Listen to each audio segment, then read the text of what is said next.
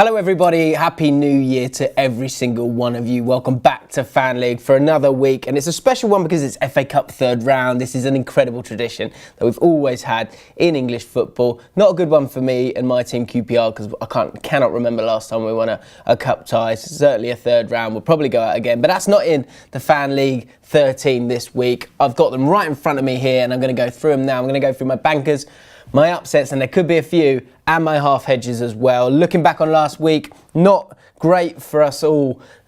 With so many changes, I think it was a bit tricky. I've got 7 out of 13, Sven with 6 out of 13, and Ian McIntosh winning for the first time in a while. You can hear what all of us pundits have got to say via the apps, and make sure you check out what people think for this week, the FA Cup special week of Fan League. Let's get straight into it. Right, this really is a unique week. I'm loving it. I'm loving the fact that you've got just some random games. It is completely up for grabs this week on Fan League. So it's going to be harder than ever before because, as I said, there's going to be some upsets. One banker of an upset, if you could call it that, for me is Wolves versus Swansea. Wolves are undefeated in 12 games. They had, over the Christmas period, they had some really tricky games. An away game against Bristol City where they came from behind and scored that last-minute winner, showed the character that they've got, and then absolutely thumped Brentford at home 3-0 the other day. I think this just, it has absolutely all the hallmarks of, I mean, it's not even really going to be an upset. It's going to be a banker playing against a Swansea side that looked like they're improving, but I just think with their lack of confidence and certainly a team that's going to have a lot of players not playing, not the first team players playing, people like Renato Sanchez, can't see them playing in this game. I just think it's an absolute guaranteed win for Wolves, especially with Wolves at home.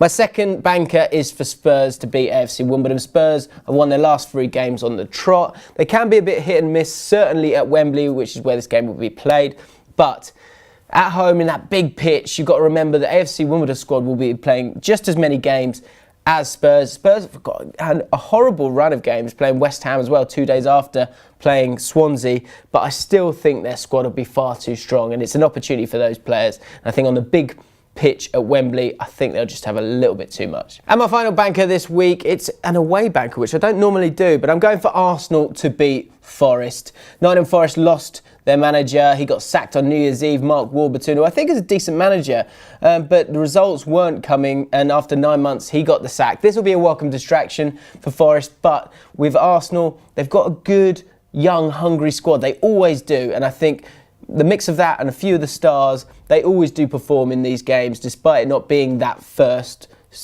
team of Arsenal, and I think they'll be way too strong for Forest this weekend. On to my upsets for this week, and to kick us off, I've got Fulham versus Southampton. They've won 6 out of their last 9. They've won 4 in a row at home, and last year they were one of the best teams in the Championship, and I think against a Southampton side that is struggling for confidence at the moment, there's a manager that I'm not sure they're too keen on.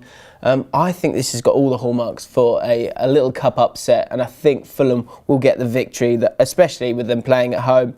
Coventry versus Stoke City, this would, in terms of league position, this would be probably the biggest shock of them all, but it does ring true for me. Coventry got a great cup pedigree, won it of course in 1987. They're on a good run of form, won 4 out of the last 5, and they're 3rd in League 2 at the moment. So their confidence is high, also playing at home, and they're going to be playing a Stoke City side that will make a hell of a lot of changes. And despite those changes, they're still going to be players who are lacking confidence, lacking a bit of quality because of that lack of confidence, and I've got a feeling that there could be a real upset on the cards for Coventry City, and I for one hope they do it because they've had a really tough time over the years. My third and final upset, a bit of a random one here, but hear me out. Newport County against Leeds United. Most people would be thinking that Leeds would walk this one because they're doing well in the Championship. They're in the playoff places at the moment. They drew and lost their last 2 games, but before that, they'd won 4 on the spin.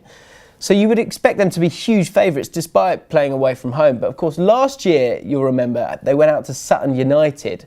And this year, I think this is another sort of blend of ingredients that leads to a cup upset, in my opinion. Newport County, a good steady side. They've lost 1 in 7 and they are 11th in the league. They've got nothing else really to play for apart from, you know, a cup run, which can bring them some huge money. Going to play at Newport County, it's going to be wet, it's going to be windy, it's going to be horrible. And I think Leeds United, their squad hasn't got real depth, and I think with the amount of changes that they will make because of the playoffs and their push for the Premier League, which is where Leeds United should be and need to be, I just think this has got, once again, all the hallmarks for another upset in the FA Cup. On to my half hedges, and this week, more than any other week, is an absolute free-for-all. You could pick anything this week and it could come up in Fan League. So it's a great week to just give it a go. What I've done here is there's a few that have kind of sprung out to me having looked at the stats. Bolton, they've won 3 out of 4, so you wouldn't expect to put them down there, but it might be worth half hedging against a Huddersfield side who are struggling a little bit at the moment. I expect Huddersfield to still win that tie, but with Bolton having a bit of a resurgence, then you never know because they are playing at home. Same goes for Shrewsbury, who are playing at home.